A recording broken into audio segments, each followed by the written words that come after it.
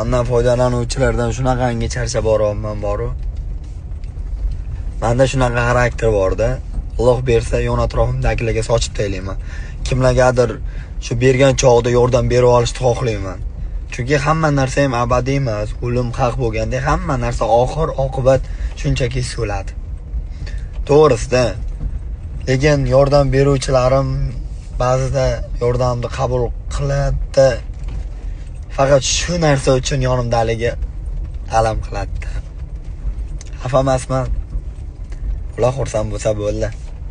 Men shunchaki o'zim yordam berganimdan xursand bo'lib, o'zim uchun shunchaki kulib yuraman. Jonlaring sog' bo'lsin. To'g'ri, ozgincha telbaga o'xsharman, lekin ishoninglar, ko'nglimda kirim yo'q. Mayli, peshonada borini ko'ramiz.